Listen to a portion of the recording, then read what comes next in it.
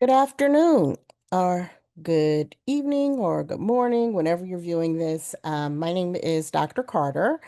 I will be working with you for the next 6 weeks for this summer session 2025 for Introduction to Ethnic Studies. I have my video off because I am helping my mom move and I look a mess. So, I still wanted to get this video recorded for you all to introduce you to the course, introduce you to myself. Again, my name is Dr. Carter.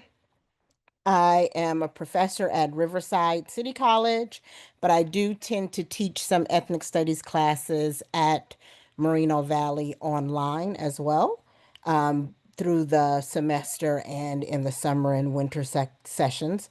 I am a transfer student. I transferred from Cerritos College. I went to UC Irvine for undergrad and then went there for grad school.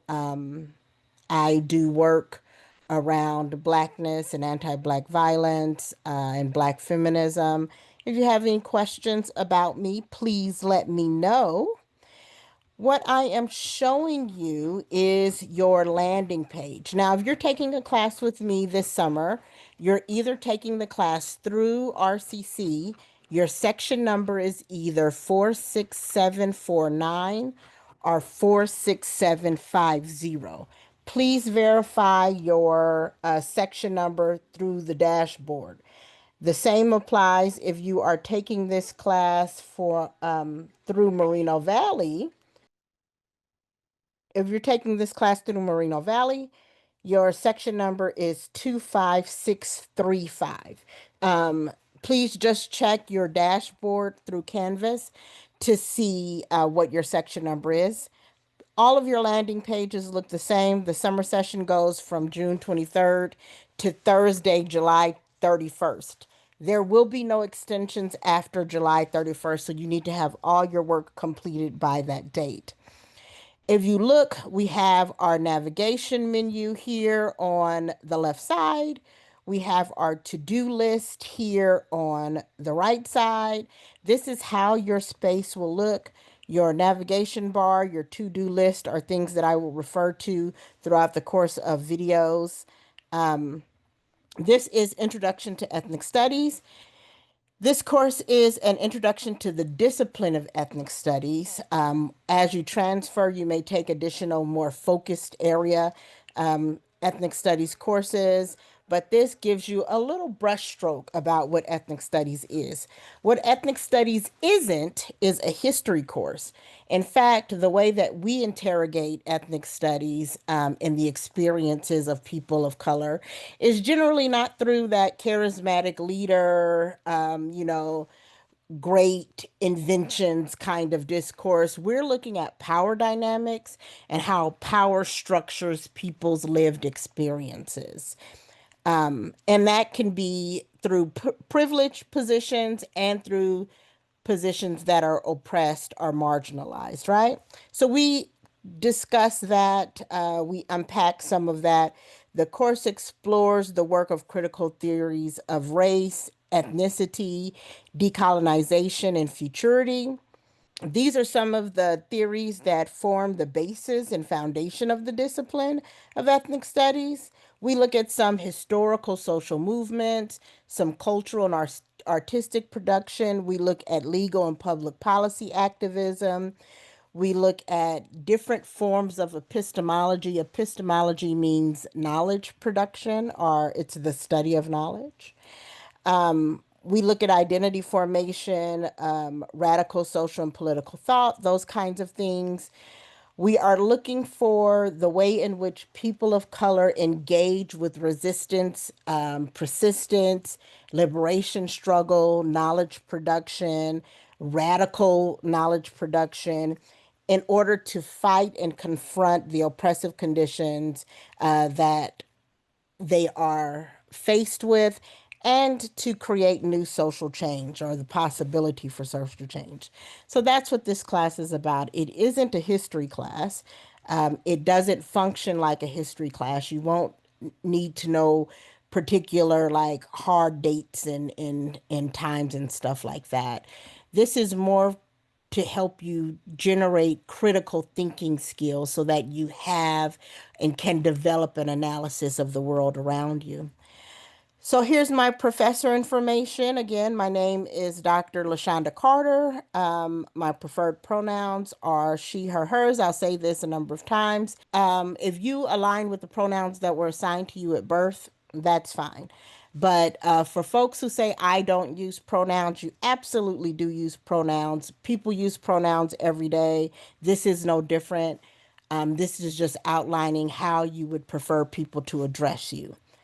This modality or how this class functions is asynchronous. So that means that there are no in-person classes. There were no moments where we'll meet on Zoom as a class together. You, of course, can schedule meetings with me, and those will be one-on-one or small group meetings, but we don't have large group meetings together. My preferred method of contact is either Canvas email because Canvas email gives me your class section number. You can use my email address. If you use my email address directly, then you must please give me your class section number so I know how to find you, or the Remind app. Many of you have already started to sign up for the Remind app, and I'm very, very happy to see that. I will be accepting those. I will be accepting those requests starting tomorrow. Da, da, da. My replies are usually within 48 hours, Monday through Friday, usually sooner. Office hours. Office hours are by appointment only through Calendly. Office hours will be on Zoom Mondays and Wednesdays, 10 a.m. to noon. If you click the Calendly link like that, it takes you to my calendar. If you click on the 23rd, for example, and you want to book a time, if you see here from 10 a.m. to noon, 11:45, someone booked an appointment for 11:45, so it's not there. You would just click the time, click next, enter your first and last name and your email address. Please select your section number again so that I know where to find you. And please tell me a little bit about the meeting so that I know how to prepare for it. All right. So we're looking at the Canvas course for 46749. But again, if you're at Moreno Valley, you're in 25635, or you could be taking another section at RCC, which is 46750. Location is Canvas, no in-person meetings. This is a checklist of things that you need to do for week one. You need to read that syllabus. You need to explore the welcome module. You need to complete those initial assignments in your meet and greet, and then complete the first content information. Dates to remember, please put these dates in your calendar as well as your assignment dates in your calendar. Summer holiday, there's no class, but we don't have in-person classes anyway. But if you do have in-person classes, there's no class on the 4th of July. Last day to add is 6/28. The last day for refund, pay attention to these dates because you can add the class even after you're no longer able to get a refund. The last day for a refund is 6/27. The last day to drop without a W, which means the class will not show up on your transcript at all, is the 4th of July. The last day to drop with the W, so that if you're not doing well for whatever reason, some things came up, life happened, and you weren't able to keep up with the class, 7/22 is the last day for that.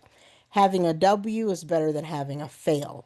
The census date, the census is a reporting system that professors have to do to say whether or not you're participating. Canvas actually clocks your participation, when you log in, how long you log in, which pages you look at, whether or not you do anything. Canvas tells us all of that in its reporting on our end. If by the census date you haven't done any work, I have to report that to the institution, and then you will automatically be dropped from the class. Early alert is another moment of reporting say you slip behind, it happens about midway through. That's the 12th of July. Some success tips: log in 2 to 3 times a week, or 3 to 4 times a week, excuse me. Try to engage with your classmates. I always tell folks to create a Discord, and then you can do your work together. You can read together, you can do your quizzes together, build a community. It is statistically proven that if you do your work together at within community, that folks tend to learn better. They tend to have more engagement with the materials, more engaged in critical thinking. It really is a more effective way to learn, not in just this class, in all of your classes, to be in community with other folks. Complete all your readings and videos before assigned. Bring your lived experience to your learning. You are a wealth of knowledge of your own. Bring that with you. Think about how these things apply to your life, how you understand them with what's happening right now. Many of our recordings, or most of our recordings, are previously recorded, so they're not going to address these current issues. I may throw Make It Matter Monday or something like that, because there's so much happening politically right now that a lot of what we're covering in class will be applicable to what we see over the next couple of months, next couple of years, right? So I may do that. I'm thinking about that. Don't wait until Sunday night or Friday night or whenever to ask your questions. Below are some links to the Canvas page, how to get help with Canvas. If your Canvas is acting funny, if you're not able to see certain things, please let me know. But also, you will likely need to contact Canvas support. I can't fix Canvas for you. I can like open a quiz and that kind of thing, but I can't fix Canvas. There's a number of ways for how you can get to Canvas. Help desk, 24-hour chat, telephone number, 24 hours a day. There is the help and more section over here. There's some troubleshooting guides in this area. So there's quite a few resources available to you if you need help with Canvas. Again, I want to point out that this is our to-do list. This gives you your assignments as they come. So on the 27th, you have several getting started assignments. They are very brief start assignments, really quick things to do. Signing up for the Remind app is one of them. So many of you have likely already done that. And then there's the navigational side, which is the module side, is where you'll find your module. So I'm going to end this video here. The next video, I'm going to talk about the syllabus.